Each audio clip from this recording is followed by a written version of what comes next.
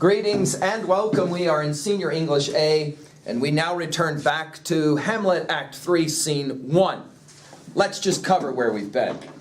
Hamlet has been standing on stage, musing about the human condition. Let's call it, Mr. Nelson, the existential condition. Now, Mr. Keeley, by the 20th century, a group of philosophers following the lead of Soren Kierkegaard will found a school of philosophy called existentialism. If you hear that word at university, it's an older form of philosophizing that begins as its fundamental premise the question about human existence. What does it mean to be a human? What does it mean to be alive? Well, Shakespeare kind of plays a game with us through Hamlet, and he says, you want to know what it's like to be alive? Two things. One, life sucks. And here's why. There's all kinds of pain and suffering. You may look around at some people and say, oh, they look to be having such a happy, happy time. This play proves that's not true. So, for example, Hamlet looks at his Claudius uncle and says, oh, he's always partying, he's always in a good mood, he's always having a good time. But we know, remember, what a lash that speech doth give my conscience? Claudius himself is living a double life. A life where on the outside he looks like a happy-go-lucky guy. A life on the inside where he is carrying a heavy weight. Got me? So everybody's got this suffering thing. Two, Hamlet says in his to be or not to be soliloquy, we are fundamentally cowards because we're thinkers. We want to do things. We want to be bold and courageous. We want to be actors, that is to say, people of action. But then we start thinking. And the minute that we start thinking about it, well, then we stop considering action and we simply sit and do absolutely nothing. Now, framed within the context of the play, this makes all the sense in the world. Hamlet has ostensibly decided that he's going to do something, and then he's thought about doing it, and then he's done nothing. Of course, the bridge between the two is words, talking, right? So he's been doing all this talking, but he hasn't been actually doing anything, when all of a sudden onto the stage comes the fair Ophelia. And are you ready for this? Right away, Hamlet starts doing, which is really interesting. He finally works himself up into, all right, I'm really going to do something. And the first thing that he does is jack on his girlfriend. Now, let's make sure we understand how this works out. Ophelia will come onto the stage as soon as Hamlet finishes the thus conscience makes cowards of us all and enterprises of great pitch and moment with this regard there can turn their eye and lose the name of action and all of that. She comes onto the stage like reading a book. Remember Polonius said that's what you want to do? And all of a sudden she looks up and sees Hamlet. Hamlet will then say to her, yo slut, how's it going? He'll call her a nymph. And she will then respond. Of course, she's not completely offended because Hamlet is nuts. In other words, he can say crazy things and people just kind of go, oh, poor Hamlet. He's kind of lost his mind. She will then walk right up to him, right into his space. She'll look right in his face like she's ready to kiss him. Then she'll take a couple of steps back and she'll produce in her hand a note, a ring, some kind of little necklace, stuff Hamlet gave to her when he declared his love for her. And she will give them back to him. In a word, she's breaking up with him. Now, according to her dad, who's watching behind the curtains, at this point, what's Hamlet supposed to do? Because Hamlet's gone love mad, what's Hamlet supposed to do? He's supposed to fall down on his knees and beg for her to be nice to him again. Or maybe at least challenge, why is it that you're not returning my texts, etc., etc. Hamlet doesn't do this at all. He looks at Ophelia, he gives her kind of that crazy, insane look, and he says, I don't know who gave you those, but it wasn't me. She's like, what are you talking about? You know right well, my lord, you did. And she says, and with them, you also gave really sweet words. You were a nice guy to me once. And he says, he looks at her, and he goes, are you honest? And she goes, yes, I am honest. I always tell her, no, that's not what she does. She looks at him and goes, huh? What? He goes, are you honest? She goes, what? And then he looks at her and he goes, are you beautiful? He uses the word fair, as in beautiful. Now, I already told you, any actress who plays Ophelia, the number one thing about her when she's selected for the role is she's got to be gorgeous. Because this question is going to be asked to her in the play, are you beautiful? And she goes, of course I'm beautiful. Everyone knows that I'm beautiful. I'm the hottest girl in all of it. No. She goes, huh? What? I don't understand. What? What? And then Hamlet will say it. Here's why I ask. Because you can't be both. You can't be both. If you're a beautiful woman, you're by definition a liar. If you're a butt ugly woman, you're by definition always going to tell the truth because it's the only currency you got. But if you're a beautiful woman, you are by definition a liar. And then he will say it to her. He says, I did love you once. And she goes, indeed, my lord, you made me think so. She's like, that's what I thought. I thought you were in love with me. And then he spits the words out at her. You should not have believed me. I loved you not. Now it's at this point, right. Miss Keller goes, real freak. You're right. At this point, you're kind of like watching this. You're like, what is going on with Hamlet? And then Hamlet starts to get really upset. And you can kind of watch him start to do one of these things where he's like a flower opening, like he's getting ready, and then you know he's going to explode at some point on her. Notice the lines. I'll read them with you. He says, I loved you not, he says at line 123 or so. And she says, I was the more deceived. In other words, oh, you fooled me. Notice Hamlet says, get thee to a nunnery. Why wouldst thou be a breeder of sinners? And then he says something interesting about himself. I am myself honest and different. But yet I could accuse me of such things as were my mother had not borne me. Look what he says about himself. I'm very proud, revengeful, ambitious, and more offenses at my beck than I have thought to put them in imagination to give them shape or time to act them in. What should fellows as I do crawling between earth and heaven? Interesting. T.S. Eliot will love these lines so much that in the love song of G. Alfred Prufrock, you'll maybe remember he says, I should have been a pair of ragged claws scuttling across the floors of silent seas. We studied that poem last year as juniors. He says, I should have just been born a crab. That's what Hamlet says. He says to Ophelia, you better get away from me. I'm a bad guy. And then in lines that any number of young girls have to come to terms with later, and all guys go, whoa, whoa, whoa, Shakespeare, hang on for a second. Look what he says next. We are errant knaves, all. We're stupid jerks. Believe none of us. So there you go. Notice Ophelia, if you're keeping notes. She's getting all kinds of advice about guys. First, she gets advice from Laertes, her bigger brother. Don't mess with guys. All they want to do is sleep with you. Then she gets advice from her daddy. Don't mess with Hamlet. All he wants to do is ruin you. Then she gets advice from her lover, Hamlet. And he says, every guy is a liar. Don't believe any guys. We're all liars. And then he turns to her. Oh, this is darkly ironic. Watch this, Keely. He turns to Ophelia and he looks right in her face and he says, where is your father? And she goes, oh, Daddy's right there behind the curtains. He's watching us right now because he's spying on us. And I always tell the truth because I'm a girl, but I'm never a liar. Dark. Dark. Hamlet gives her the chance to tell the truth. And she says, he's at home. Right? Dark. There it is. Hamlet says, if you're beautiful, you're a liar. Where's your dad? Oh, he's at home. Total lie. Usually, Hamlet will walk right up to the curtain where the old fart Polonius is going to be standing behind it. And he will say, look at it. Let the doors be shut upon him, that he may play the fool nowhere but in his own house. In other words, let the old man stay at home where fools need to stay.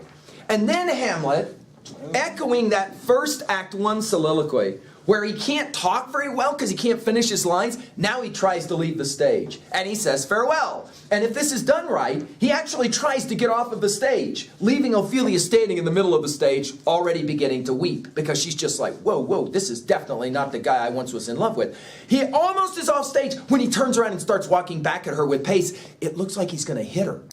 It looks like he's about to hit her. He comes at her that fast. Look what he says. He says, because she'll fall down. Usually she'll start falling down on her knees to pray to the heavens. Look what she says. Oh, help him, you sweet heavens. In other words, my man's lost his mind. And then he comes back to her. And he says, if thou dost marry, I'll give thee this plague for thy dowry. Be thou as chaste as ice, as pure as snow, thou shalt not escape calumny. He says, if you ever go out with anyone else, I'm going to tell everyone that I know that I slept with you. I'm going to ruin your reputation. Get thee to a nunnery. Go. Farewell. And then he tries to walk off again. Then he comes back. Or if thou wilt need, marry a fool. For wise men know well enough what monsters you make of them. Now, a lot of guys have read these lines to say, see, this is exactly why I'm never getting married. Hamlet says it out loud for all guys. You can be a really nice guy, then you get married, then you turn into a complete idiot and a fool. I'm never getting married. And then he tries to walk away again. To a nunnery go quickly to farewell. And again she will say it, praying to the gods, or to God in heaven, O heavenly powers, restore him. Ophelia thinks he's gone mad. Are you ready for this? Audience members have a tendency to think he's gone mad. It's at this point that we kind of look at this kid and go, whoa, whoa, whoa. You've been talking about nothing for a long time, and now all of a sudden you decide to act, and this is the way you do it?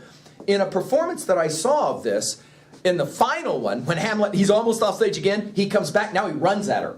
And he literally picks her up off of the ground, and he starts shaking her like a rag doll as he speaks these final lines. He's abusive to her. He's physically abusive to her. And a good actress can let her body go limp to make her body look kind of like a rag doll as she's being kind of shaken by Hamlet. Look what he says last. Oh, heavenly powers, restore him, she says. And he comes back one more time. I've heard of your paintings too well enough. Uh-oh. Hamlet's going to go after her wearing what? There you go. Right? Don't try and tell me you're honest. Because if you're honest and you put this stuff on, I'm going to ask you really, how honest can you be? Look at what he says. I've heard of your paintings too well enough. God has given you one face and you make yourselves another. You jig, you amble, and you lisp and nickname God's creatures and make your wantonness your ignorance. Now, the problem with Shakespeare's language is that we don't use the word wanton anymore. Do you remember when I used that word, or when we talked about that word in Chaucer's Partners? Do your partners, the comments about the partner? Wanton means sexual desire, lustful. Hamlet says it this way. I am so sick, he says, of women pretending like, of course he's talking to Ophelia, so we know what's up, of a woman pretending like she doesn't have a clue what's going on sexually, but she knows exactly what she's doing. That's what he says. He says, I've had enough of it. And then he finishes by saying, go to, I'll have no more on it, and it's made me mad. And anybody watching this scene goes, whoa, whoa. Hamlet may have lost it by this point. I say we'll have no more marriages. And then he turns and walks over to the curtain where his uncle father is. Those that are married already, all but one shall live. The rest shall keep as they are. To a nunnery, go. And then he runs off stage. Now, for your notes, a couple of observations. Scholars have had a difficult time trying to place this scene in context. There's two ways to interpret what Hamlet does to Ophelia. Let's list them in our notes. One is that Hamlet's lost it. He is transferring, to use Freudian language, he is transferring his rage towards his mother, frailty thy name is woman, onto his girlfriend who has been ignoring him. And so when she breaks up with him, he sees it as his one chance to get to his mom by screaming at his girl. And he treats her like crap. That's what he does. And in the process, he gives away some interesting observations like, all men are liars, just like all women are liars. Or at least beautiful women are liars. That's one option. There's another option, and it's a more intriguing one, and it says this. Hamlet wants to protect Ophelia. He knows that bad stuff is about to go down in regards to Claudius. And who is the number 2 in the kingdom next to Claudius? Ophelia's daddy, Polonius. With that in mind, he wants to get her away from any potential harm. And so the way to do that, because Hamlet knows he's being spied on, is to be mean to her and send her away to a nunnery where she will be protected. She'll go and live with nuns. And then the argument, this line of thought says, the argument is Hamlet goes, he takes care of his business, he jacks the king, he does what he's got to do. Then he can come back and get her and she's protected and safe. There's a third argument. This one is more intriguing. It says Hamlet somehow already is aware that Ophelia is carrying his own child. She's pregnant. Why wouldst thou be a breeder of sinners? He asks her. Earlier he said to her own father, conception is a blessing, but not as your daughter may conceive. Friend, look to it. Do you got me?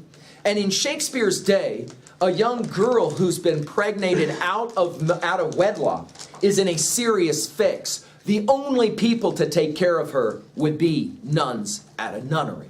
Go to a nunnery, they will take care of you. The child can be born and given away for whatever adoption or whatever, and the nuns will then take care of you. There's a third argument at play here. We will have to wait in the rest of the play to get some sense of which one of the three works best for you. Shakespeare will give language that plays with all three. At the end of the play in Act 5, Hamlet will scream out loud. It reverberates through a good theater. I loved Ophelia. By that point, she's dead. She is dead. Why? To be or not to be? That is the question. She commits suicide. How commit suicide? We're told she has this beautiful dress on and she lays back into the water, nymph-like, floated for a while like a mermaid, and then sinks down under the water without fighting against it to drown herself. Drowning herself under the water. Hamlet says, I should have been born a crab under the water. Notice how Shakespeare's bringing so much of this together. Now quickly, to finish the third act, because at this point now we can move rather quickly through the third act. Hamlet leaves the stage. The king comes on, his stepdaddy. Look what he says to Polonius. Love? Yeah, I don't think so. I've seen love before. This ain't what that looks like. Claudius is in a fix. Polonius will come back and say, yeah, but, I still feel like that probably it was my daughter's, affections that's caused Hamlet to act in this crazy way. The king is concerned. The last line of 3:1. Take a look at what the king says. He says, I got to keep an eye on this crazy kid. Madness in great ones must not unwatched go. In other words, we got to keep an eye on this kid.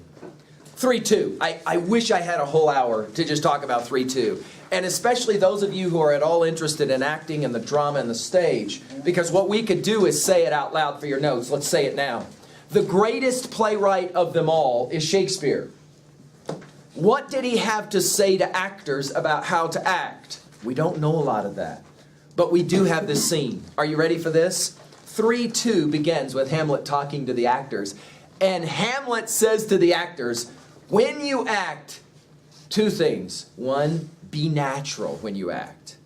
Don't out-Herod Herod. Don't overact, in other words. Right? Because if you overact, you withdraw or take away, the point number two, you take away the important role of drama.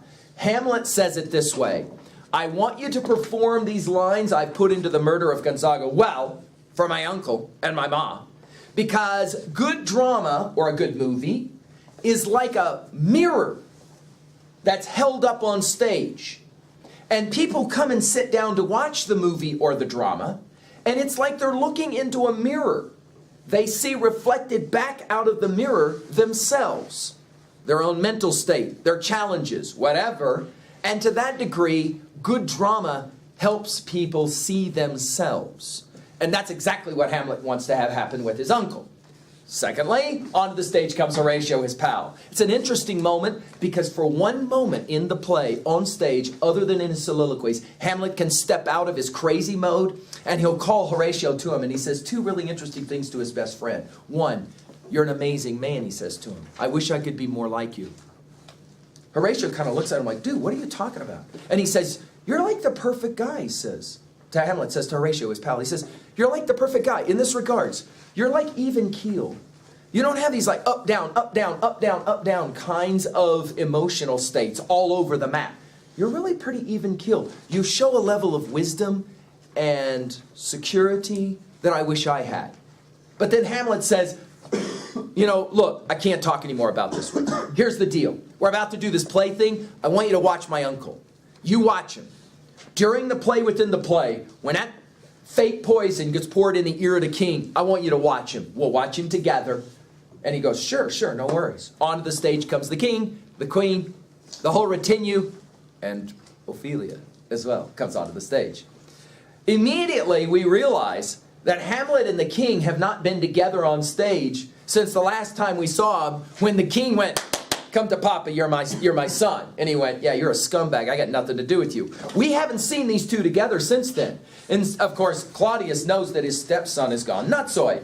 So he comes onto the stage and he asks him, "How fares our cousin Hamlet?" I'm in 1-2, roughly line 160 or so. "Hey, kid, how you doing? How's it going?" It's almost like he's sticking the knife in a little bit. Stepdaddy, right? "Hey, boy, how's it going? Heard you went nutsoid. You doing all right?" Notice Hamlet's response. "Oh, I'm great. Excellent. Excellent of faith of the chameleon's dish I eat." I'm a chameleon. Wait a minute, what do you know about chameleons? They are an interesting creature, aren't they? They can change their outer surface to conform to their environment. Hamlet comes right out and tells the king, "I'm messing with you, pal. I'm a chameleon. You think I'm nuts, and I ain't nuts, but I'm gonna jack you. Hope you enjoy the play." See, all of that's contained in this "I'm a chameleon," right? Notice the king says, "Man, I got nothing with this answer, Hamlet. These words are not mine." In other words, "Dude, I got no idea what you just said." Hamlet said, "No, nor mine neither." Right? In other words, "I don't know what I'm saying either. I'm a complete loon. I'm a nut. I don't know what I'm talking about." Ha ha ha. Again, the audience understands every word Hamlet's saying has a double meaning. Right? And then he asks Polonius about, playing in the theater and that kind of thing. And then Mama says to him, the queen, "Hey, Hamlet, come and sit next to me." And Hamlet says, No, I'm not interested in sitting next to you. Here is metal more attractive. And he goes and he plops down next to Ophelia. Ophelia's sitting in her chair. Polonius goes, "See, I told you," he said to my daughter. Hamlet will then have a war of words with his old girlfriend. Can I say it as that? Old girlfriend? Because from this point on, it's pretty obvious something's not right between them. And yet we start to see there is an interesting backstory between Ophelia and Hamlet. So that Ophelia has to respond to Hamlet. Hamlet will plop down, and all of a sudden now, unlike before where he was like, "Get thee to a nunnery, go. I've heard of your paintings too well enough. God hath given you one face." He's like all nasty to her. Now he's all playing games with her and all happy-go-lucky. I've had 1 or 2 senior girls that say, "I know guys like this. One night they're like so morose, you would think they were on the Titanic and it's ready to sink. The next night, you think they're stoned, they're so happy, giddy, jumping up and down, running around." You're like, "Dude, what is wrong with you?" They're all over the map. That's Hamlet. He's all over the map. Now he plops down next to Ophelia. Let me give you one example. He says to Ophelia, "Madam," he says, "girlfriend, can I lay in your lap?" And she's like, "No. No, my lord." He says, he's sitting on the floor next to her. She's sitting in a chair. He says, "I mean, my head up on your lap." In other words, and he leans his head. And she's like, oh, yeah. And then he looks up at her and he goes, "Did you think I meant country matters?" Now, everybody in the room, in the theater, everybody knows what he means when he says, "Did you think I meant country matters?" Except for Ophelia, who goes, "Huh? What? What? I don't understand. What? What is a country matter? What?" Then he comes back to her and he says, "That's a fair thought to lie between mate's legs." And it's at this point that the groundling audience goes, "Yeah, that's a good." Ophelia, however, says, You're naughty. You naughty boy. Have you been drinking?" And it tells us a little bit about the bantering between the two of them. Shall we say it? They've joked before. Ophelia is not that offended, other than the fact he's saying it right in front of his mother, sitting there about to watch this play. Now, watch this. I'm on my whiteboard for the next observation. Think about this. Allow for this to constitute audience. That is to say, if we're watching the play Hamlet, that's us, right? We're sitting there. Allow for this to constitute the stage, correct? All right? Shakespeare poses a monumental problem for anyone that wants to actually produce this play. Ironically, it would be himself in 1600. And the obvious question is, how are you going to perform the play within the play, and the audience is able to appreciate or watch what's going on? I don't understand what you're saying. Follow it. Here is the stage. But we're going to have now onto the stage a second stage, right? Where the actors are going to play the murder of Gonzago, right? Can we call it that? Here's where the guy's going to come out as the guy who's the actor's playing the king is lying there, and he's going to pour the poison or fake poison out of into the ear, right? He's going to do all of that. That's going to happen here, right? Then you're going to have Hamlet and Ophelia sitting, watching that performance. But also watching Claudius and Gertrude, correct? And of course Polonius is sitting somewhere like there, right? Who will also be watching the performance. So Hamlet is watching the performance, but he's also, more importantly, watching his mom, and more particularly, of course, King Claudius. Why? He wants to see what King Claudius's face looks like when that murder thing happens. But here's the problem. What are we, the audience members, watching? Well, yeah, we are watching the play within the play, no doubt. But we're far more interested in this and that, right? But wait a minute, if Hamlet and Ophelia are watching the play and we're watching Hamlet and Ophelia and we want to see their face, which is important, right? That's a problem, obviously, if they've got their backs to us so that they can watch the play. Do you understand the point? In other words, if they're looking here, that means the back of their head is what we're looking at.